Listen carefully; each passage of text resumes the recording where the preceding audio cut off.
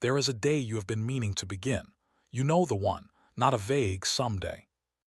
Ambition, a specific thing, something you have thought about with enough detail that the thinking itself has become a kind of substitute for the doing. You have imagined the version of you who has already done it. You have felt briefly the satisfaction of its completion before a single real step has been taken, and then you have set it down, again, with the same quiet promise that tomorrow will be different. Tomorrow is always structurally identical to today. This is the thing that no productivity system ever quite says plainly. Tomorrow arrives with the same brain, the same fears, the same friction. Between who you are and who you are trying to become, the calendar changes, the conditions do not. And so the day you keep postponing continues its long, patient recession into the future. Always just ahead, never here, never now. This audiobook is not going to give you a morning routine. It is not going to teach you to eat the frog or time block your way to transformation. It is going to do something harder and more useful than that. It is going to ask you to sit seriously and without flinching with the question that every deferred day is actually a deferred answer to. What are you waiting for, and what is the waiting costing you? The answer is more philosophical than practical, more ancient than modern, and more honest than most of us are comfortable being about the relationship between our time and our choices. Part 1.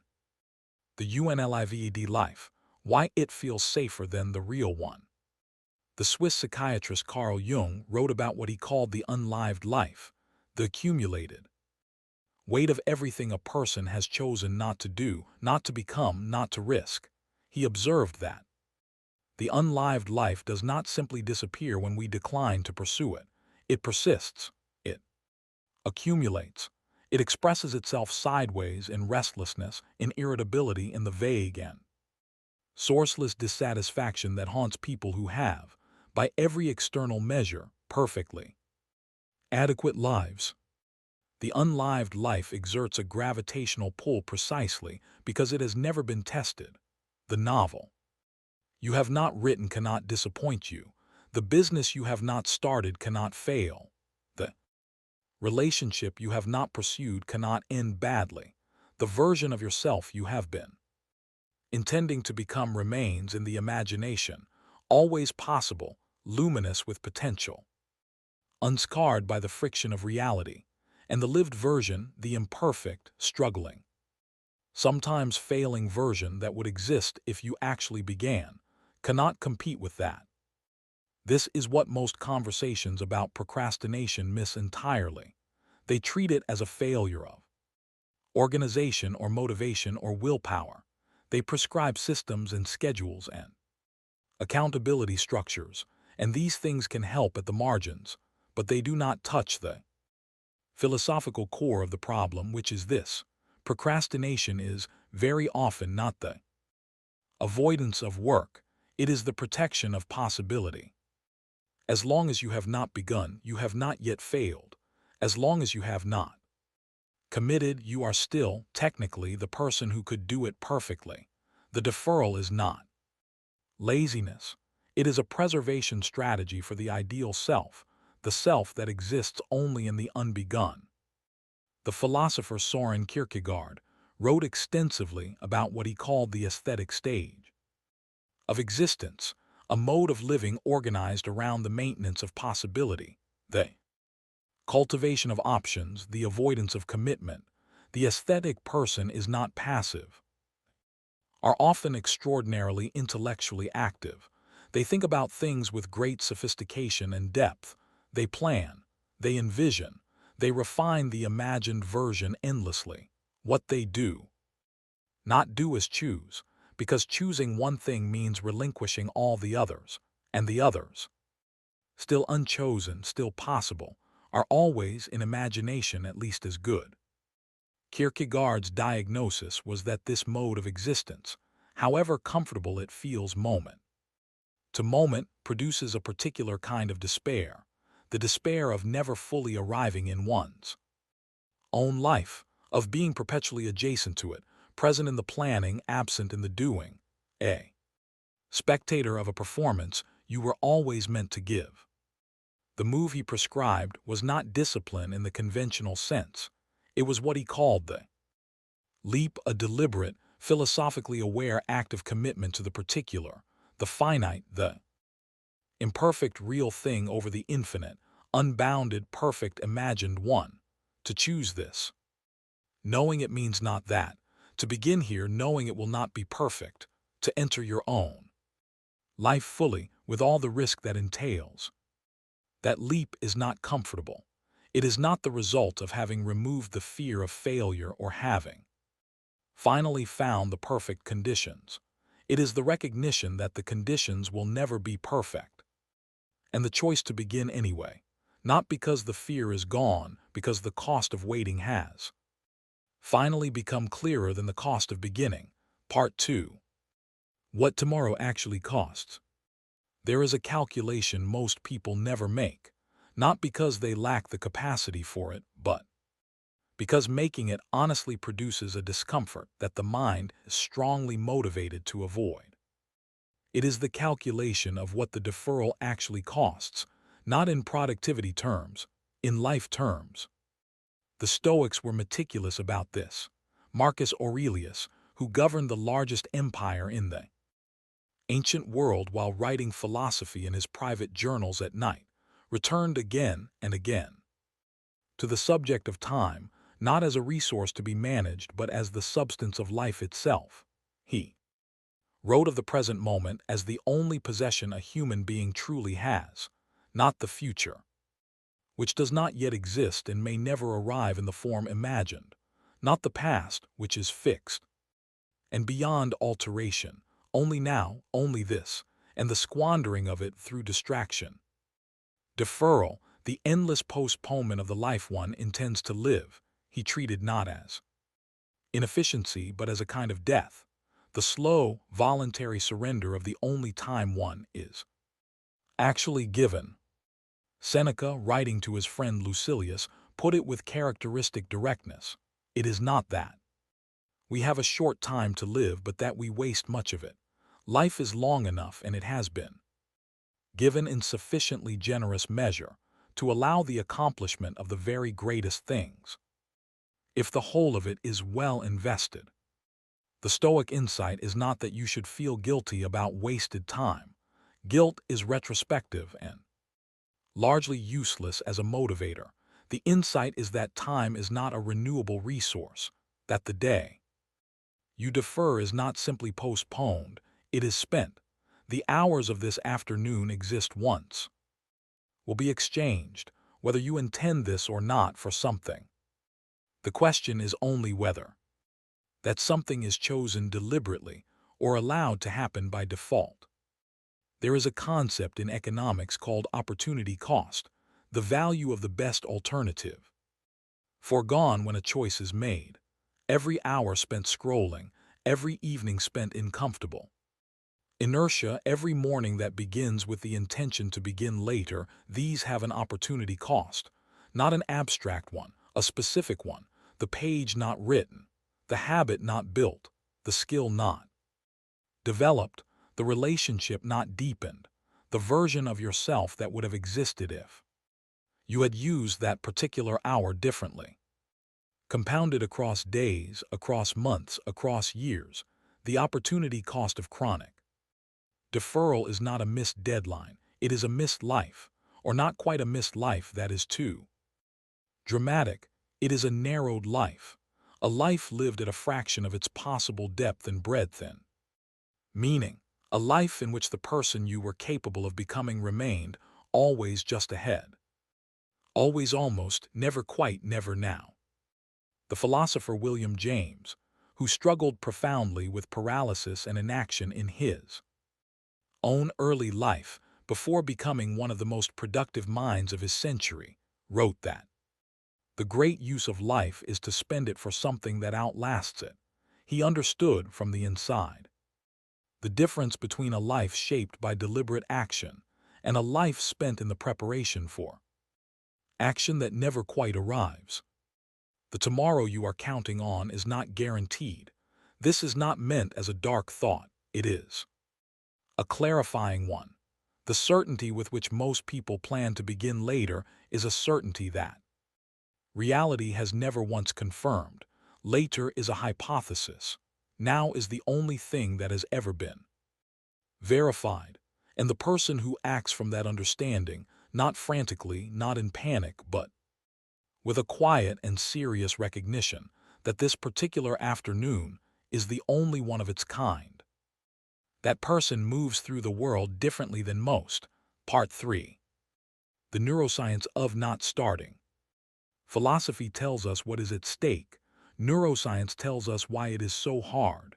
And understanding the mechanism, the actual neural architecture of avoidance and inaction, does something important. It removes the moral dimension. It replaces the question of why are you so weak with the more useful question of what is actually happening here and how do you work with it rather than against it. The brain, as we have established in other contexts, is an organ built for prediction and pattern recognition, not for the pursuit of long-term meaning. Its primary operating currency is not aspiration. It is threat and reward assessed in the immediate present, and when you sit down to begin something that matters, something that carries real stakes, real possibility of failure, real exposure of your capacities to the scrutiny of reality, the brain does not register this as an opportunity, it registers it as a threat.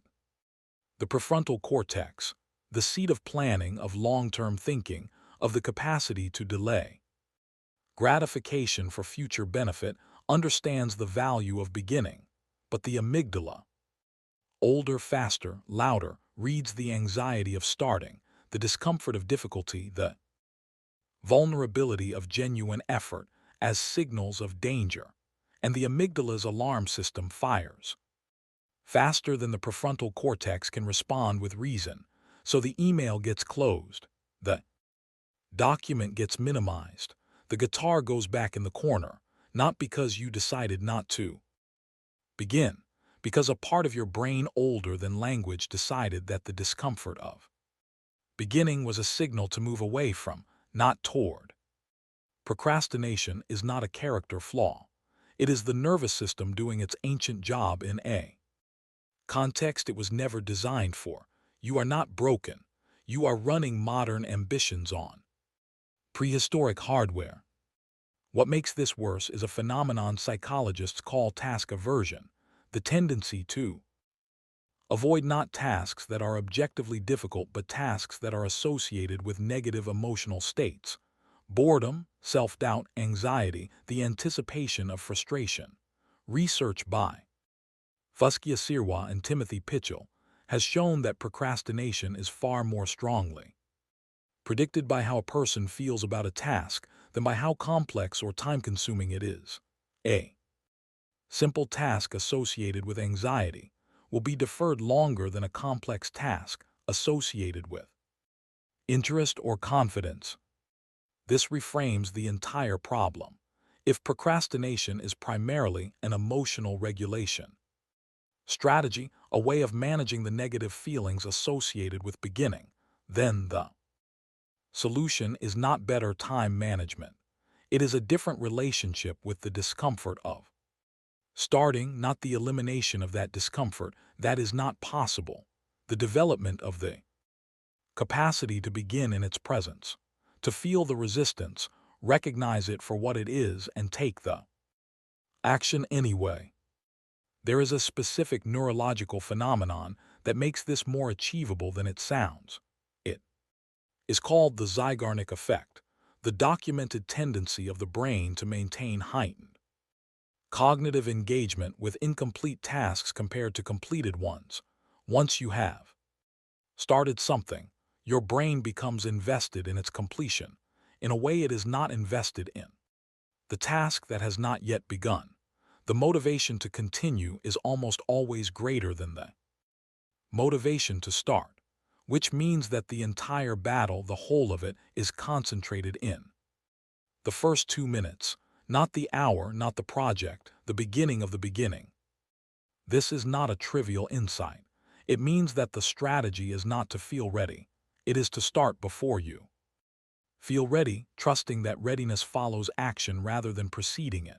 To lower the threshold of beginning to something so small that the amygdala's alarm does not fire at full volume. 1. Paragraph 1 minute, one small concrete step, and allow the Zeigarnik effect to do the rest. Part 4. Discipline is not what you think it is. The word discipline has been so thoroughly colonized by a particular cultural aesthetic, cold showers, 4:30 alarm clocks, the performance of suffering as proof of seriousness, that it has become almost unrecognizable as the thing it actually is, which is a shame, because the thing it actually is one of the most quietly profound human capacities available. The Latin root of discipline is discere, to learn. A disciple is not primarily someone who suffers, they are someone who follows a way, who has committed to a practice, a path, a mode of development that exists beyond the fluctuations of daily mood and motivation. True discipline is not the overcoming of the self.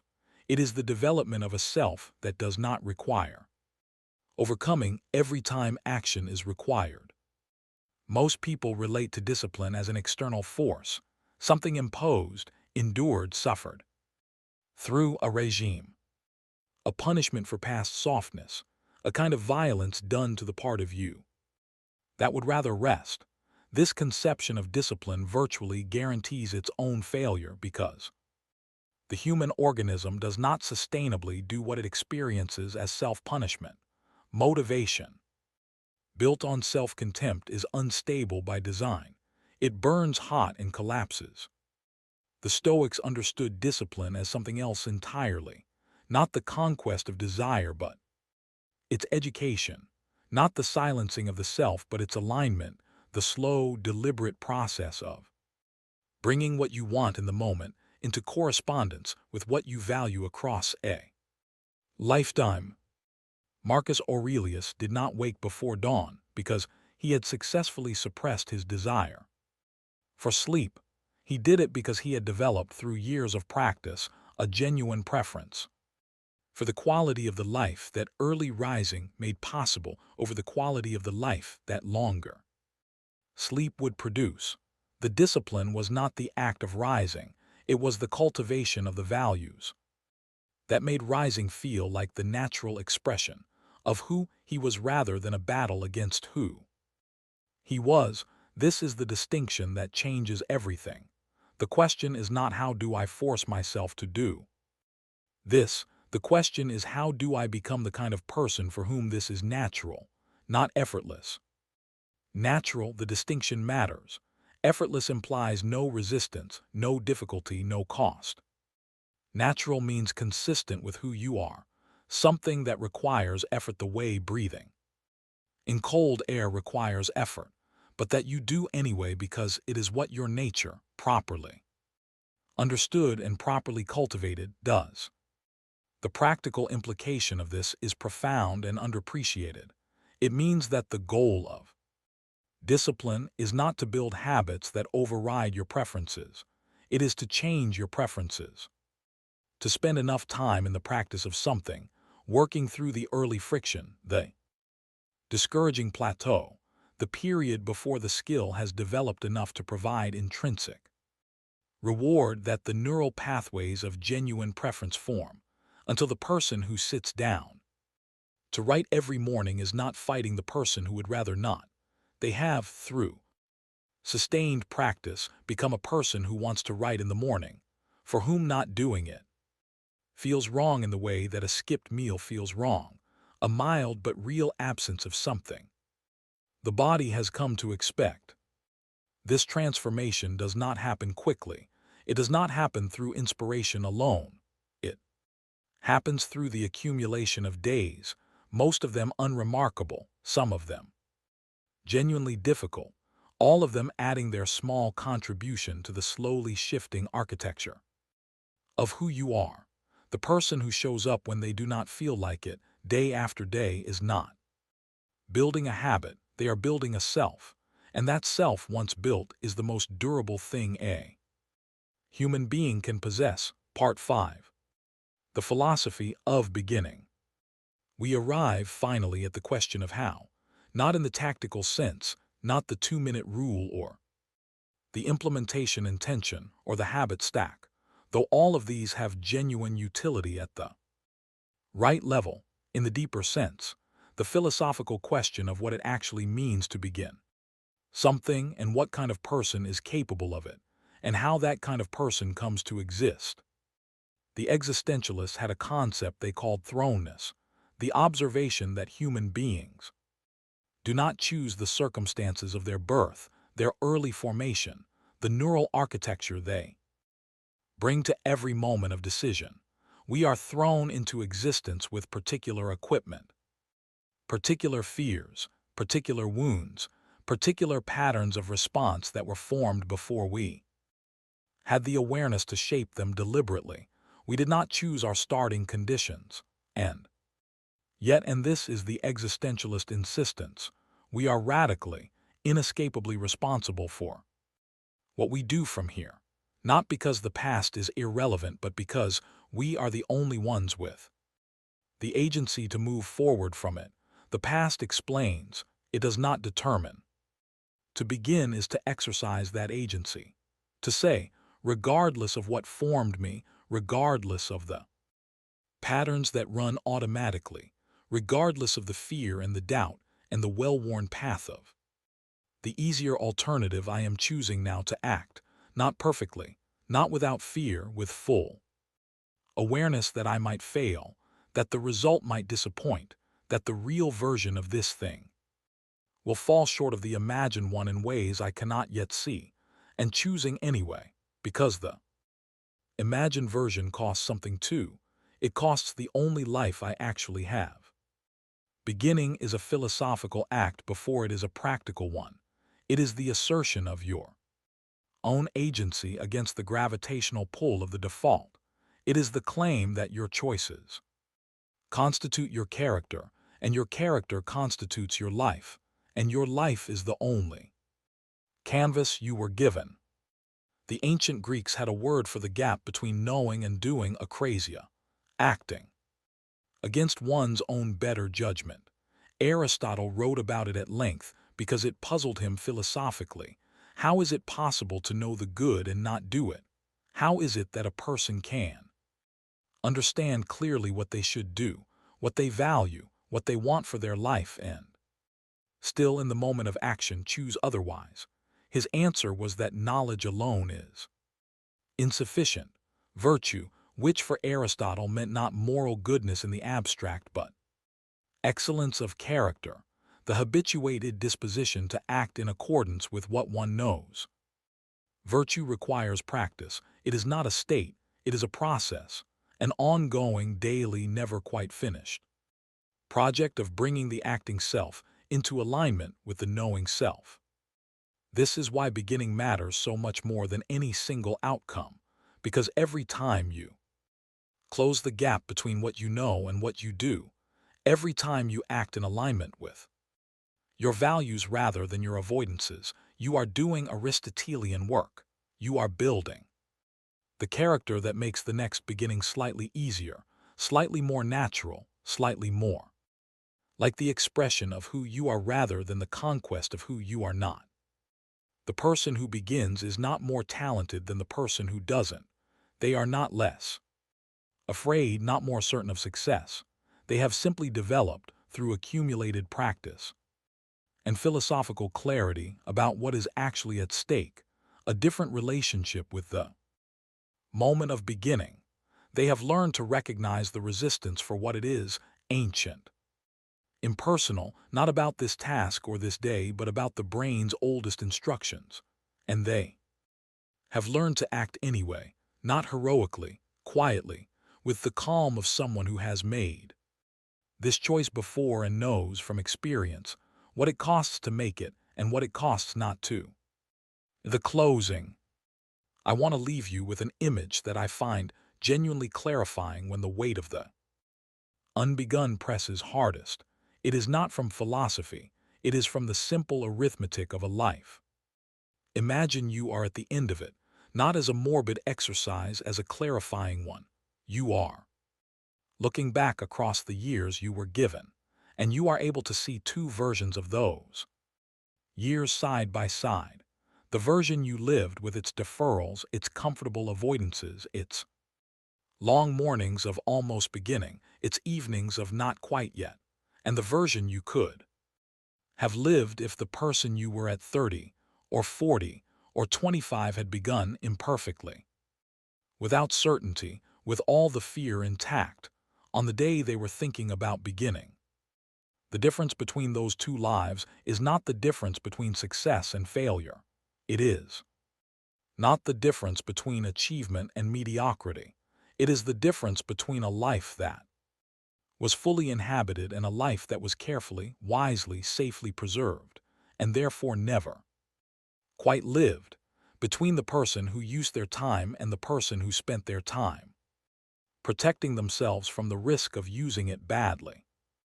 The Stoics called this the view from above, the deliberate act of imagining your life from the perspective of its end, not to produce despair, but to produce clarity about what actually matters when the ordinary urgencies of the day are stripped away.